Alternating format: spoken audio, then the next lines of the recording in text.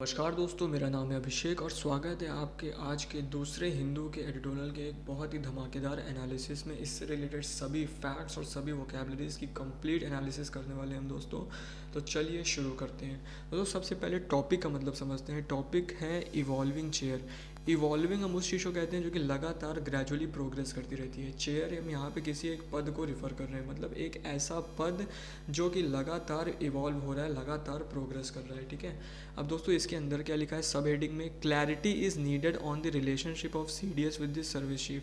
दोस्तों C D S मतलब होता है चीफ ऑफ डिफेंस स्टाफ, और दूसरे सर्विस चीफ्स होते हैं वो हमारे आर्मी चीफ होते हैं, नेवल चीफ होते हैं और एयर चीफ होते हैं। ठीक है। तो यहाँ टॉपिक का मतलब क्या बोल रहा है कि चीफ ऑफ डिफेंस स्टाफ और दूसरे सर्विस चीफ्स के बीच की जो रिलेशनशिप है उसमें हमें एक क्लैरिटी चाहिए।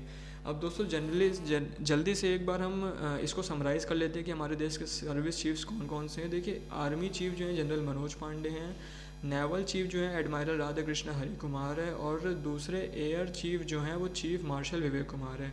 और हमारे देश के सी डी एस जो अभी अभी नियुक्त हुए हैं वो कौन है दोस्तों? Lieutenant general Anil Chauhan.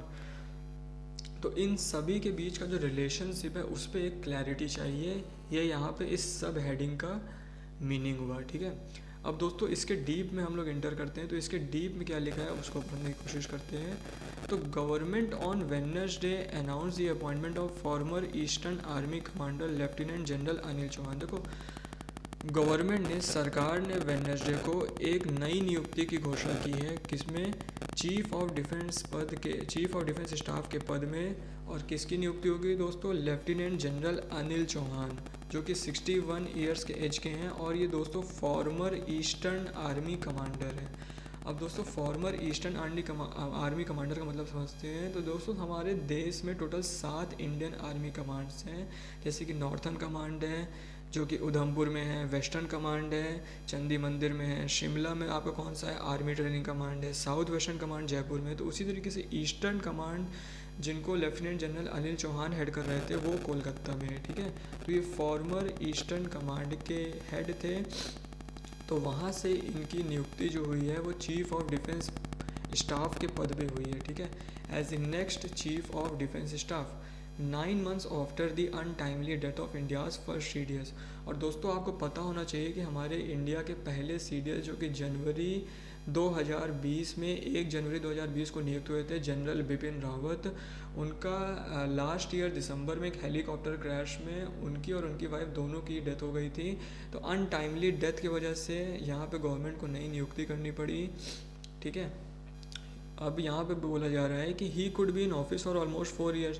जो जनरल बिपिन रावत थे वो, क्योंकि जनवरी 2020 में उनकी नियुक्ति हुई थी, तो वो 4 साल तक ऑफिस में रहने वाले थे। His appointment is until further orders और व्हेन ही टर्न 65। और ये अपॉइंटमेंट तब तक था जब तक वो 65 के ना हो जाते, या फिर अंटिल फर्दर ऑर्डर, तब तक के लिए उनका अपॉइंटमेंट फिक्स था। ठीक है। बट हुआ क्या दोस्तों? Lieutenant general Chauhan will pick up the stalled process of transformation and reorganisation of the arm forces. Stalled मतलब जो चीज़ कम्प्लीटली स्टॉप हो चुकी है। देखो, बिपिन रावत के डेथ के बाद जो मिलिट्री की और जो आर्म्ड फोर्सेस की ट्रांसफॉर्मेशन और रीऑर्गेनाइजेशन के बारे में सोचा गया था सी डी एस के पद के थ्रू, वो प्रोसेस बिल्कुल रुक सा गया था। वो was envisaged along with the creation of the post. जो पोस्ट की क्रिएशन के समय जिसके बारे में सोचा गया था, एनविसेज मतलब किसी फ्यूचर इवेंट को प्रिडिक्ट करना, जिस चीज़ के बारे में सोचा गया था कि हम आर्म्ड फोर्सेस के बीच में ट्रांसफॉर्मेशन लाएंगे, उनको रीऑर्गेनाइज कर देंगे, तो वो प्रोसेस जो थी बिल्कुल स्टॉप हो गई थी, बिल्कुल स्टॉल्ड हो गई थी जनरल बिपिन रावत के अनटाइमली डेथ के थ्रू। ठीक है। उसके आगे क्या लिखा है दोस्तों? An ambitious component of the new vision is the propose reorganisation of the arm forces. दोस्तों जो न्यू विज़न है, इस पद का जो न्यू विज़न है, मतलब सी डी एस की जो पोस्ट है उसके थ्रू जो एक नया विज़न देखा जा रहा है वो है reorganisation of the arm forces. Arm forces को बिल्कुल रीऑर्गेनाइज करना है इनटू इंटीग्रेटेड थिएटर कमांड। दोस्तों थिएटर कमांड मतलब हमको अच्छे से समझना पड़ेगा। दोस्तों क्या होता है कि जनरल बिपिन रावत जो हमारे पहले सी डी एस थे, उनका एक ड्रीम था, मतलब उनका एक गोल था कि उनको थिएटर कमांड्स लाने थे देश के अंदर। मतलब जैसे क्या होता है कि अभी हमारी आर्मी चीफ होती है और हमारी इंडियन नेवी होती है, एयर फोर्स होती है, वो थोड़ा आइसोलेटेड सेपरेटेड मैनर में एक दूसरे से अलग हट के काम करती हैं, लेकिन उनको क्या था, वो चाहते थे कि ये तीनों जो हमारे आर्मीज़ हैं, इंडियन नेवी हो गया, एयरफोर्स हो गया और हमारा आर्मी हो गया, ये तीनों एक साथ मिलकर काम करें, एक यूनिटी है, मतलब उनके बीच में एक प्रॉपर कोऑपरेशन होना चाहिए, which is yet to get the required consensus among military. Consensus मतलब सहमति होती है, और जिसके लिए अभी भी हमें मिलिट्री लीडर सहमति लेने की ज़रूरत है। अभी भी हमको सहमति नहीं मिली कि क्या वो कोऑपरेशन मिल के काम करने के लिए तैयार है, which is yet to get the required. ये हो गया, ठीक है। When the office of the CDS was created 2019, दोस्तों जब चीफ ऑफ डिफेंस स्टाफ की ऑफिस जो थी वो 2019 में क्रिएट की गई थी, बनाई गई थी। It's mandate was to ensure jointness of the 3 services in operation. इसमें क्या बोला गया था कि भैया जो 3 सर्विसेज होते हैं ऑपरेशन में, वही आर्मी, नेवी और हमारा इंडियन एयरफोर्स, उनके बीच में कोऑपरेशन चाहिए, उनके बीच में एक जॉइंटनेस चाहिए, एक जुड़ाव चाहिए, लॉजिस्टिक्स से रिलेटेड, ट्रांसपोर्ट ट्रेनिंग से रिलेटेड, सपोर्ट सर्विसेज से रिलेटेड, कम्युनिकेशन से रिलेटेड, रिपेयर से रिलेटेड, मेंटेनेंस से related, with in 3 years of the first CDS assuming office. और उन्होंने गोल क्या देखा था, सरकार ने ये बोल दिया था कि CDS के अपॉइंटमेंट के 3 साल के अंदर हमें ये जॉइंटनेस अचीव कर लेना है। लेकिन अचानक हुआ क्या दोस्तों, जनरल बिपिन रावत की अनटाइमली डेथ हो गई और ये जो हमारा गोल था वो धरा का धरा रह गया, ठीक है। That ambition was disrupted by the death of general Rawat. अब ये जो एम्बिशन था, ये जो हमने इच्छा जताई थी कि ऐसा होना चाहिए, जॉइंटनेस हो जाएगी, सब आपस में मिल के काम करेंगे, तो ये कुछ समय के लिए डिस्टर्ब हो गई जनरल रावत की डेथ के बाद। And then the delay in the appointment of excel. फिर उसके बाद दोस्तों 9 महीना हो गया उनकी डेथ को, 9 महीने बाद अब दूसरे चीफ ऑफ डिफेंस स्टाफ की नियुक्ति हो रही। तो इतना जो डिले आया है, इसकी वजह से क्या हुआ है, जो दोस्तों ये जो गोल था उसमें थोड़ा ठहराव, स्टॉल हो गया वो प्रोसेस। चौहान ने served a range of command staff and instrumental appointments including. दोस्तों चौहान ने बहुत सारे पदों की बहुत सारे पदों को संभाला है, जैसे कि कमांड स्टाफ के पद को संभाला है, instrumental appointments including that of director general of military operations, military operation के डायरेक्टर जनरल के रूप में भी ये नियुक्त हो चुके हैं। And brings hope and experience. और दोस्तों इनके पास बहुत सारा एक्सपीरियंस और बहुत सारा होप ये प्रोवाइड करते हैं टू दी गवर्नमेंट, ठीक है। अब आगे क्या लिखा है दोस्तों, the 9 months and changes in eligibility criteria it took before the appointment could be made point two the fact that CDS is still an evolving institution. दोस्तों हुआ क्या था कि 9 महीने पहले जब दिसंबर में जनरल बिपिन रावत जी की डेथ हो गई थी, तो उसके बाद इस साल जून में क्या हुआ था, गवर्नमेंट ने बहुत सारे चेंजेस किए थे CDS के पद को नियुक्त करने के लिए, ठीक है। बहुत सारे चेंजेस लाए थे कि पहला, हम आपको जैसे इसमें नहीं लिखा है लेकिन हम बता दे रहे हैं कि पहला एक चेंज लाया था कि जो नए CDS होंगे वो 62 ईयर्स से कम के होने चाहिए, ठीक है।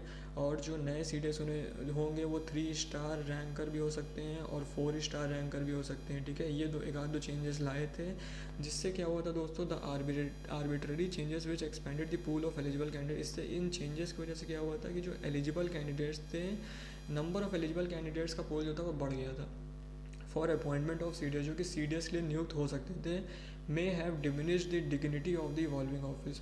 और इन चेंजेस की वजह से हो सकता है कि जो उसकी डिग्निटी, जो उसकी सीरियसनेस थी इस CDS के पद की, वो हो सकता है हल्का सा धूमिल हो गई, मतलब हल्का सा कम हो गई हो, ठीक। आगे क्या लिखा है दोस्तों, in 2019 the ministry of defence was reorganise. देखो 2019 में क्या होता है, जो डिफेंस मिनिस्ट्री थी वो रीऑर्गेनाइज कर दी गई थी। दोस्तों अगर आपको नहीं पता हो तो डिफेंस मिनिस्ट्री के बारे में मैं थोड़ा बताना चाहता हूँ। अब देखिए, जैसे अगर आप मिनिस्ट्री ऑफ डिफेंस के साइट में जाएंगे तो यहाँ पे क्या लिखा है कि मिनिस्ट्री ऑफ डिफेंस जो थी वो पहले किन 4 पार्ट्स में डिवाइडेड थी। Department of defence, department of ex service man welfare, department of defence production, department of defence research and development.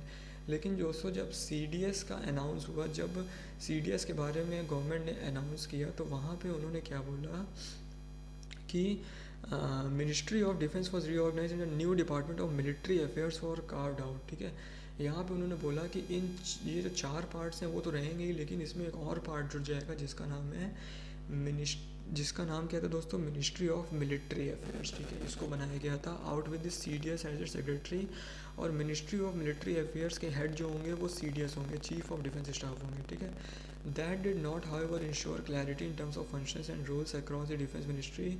लेकिन इससे कोई साफ साफ क्लैरिटी नहीं आ रही थी कि एक्चुअली में CDS का काम क्या होगा। CDS is also the principal military adviser to the defence minister. दोस्तों CDS जो होंगे वो डिफेंस मिनिस्टर के प्रिंसिपल मिलिट्री एडवाइज़र होंगे। And the permanent chairman, chiefs of staff committee, which requires him to straddle administrative and operational function. तो दोस्तों बहुत सारे पद सी डी एस को संभालने पड़ेंगे। पहला तो वो प्रिंसिपल मिलिट्री एडवाइज़र होंगे, परमानेंट चेयरमैन होंगे, चीफ ऑफ स्टाफ कमेटी होंगे। तो बहुत ही बड़ा पद है चीफ ऑफ डिफेंस स्टाफ का, ठीक है। More clarity is needed regarding the functions of C D S.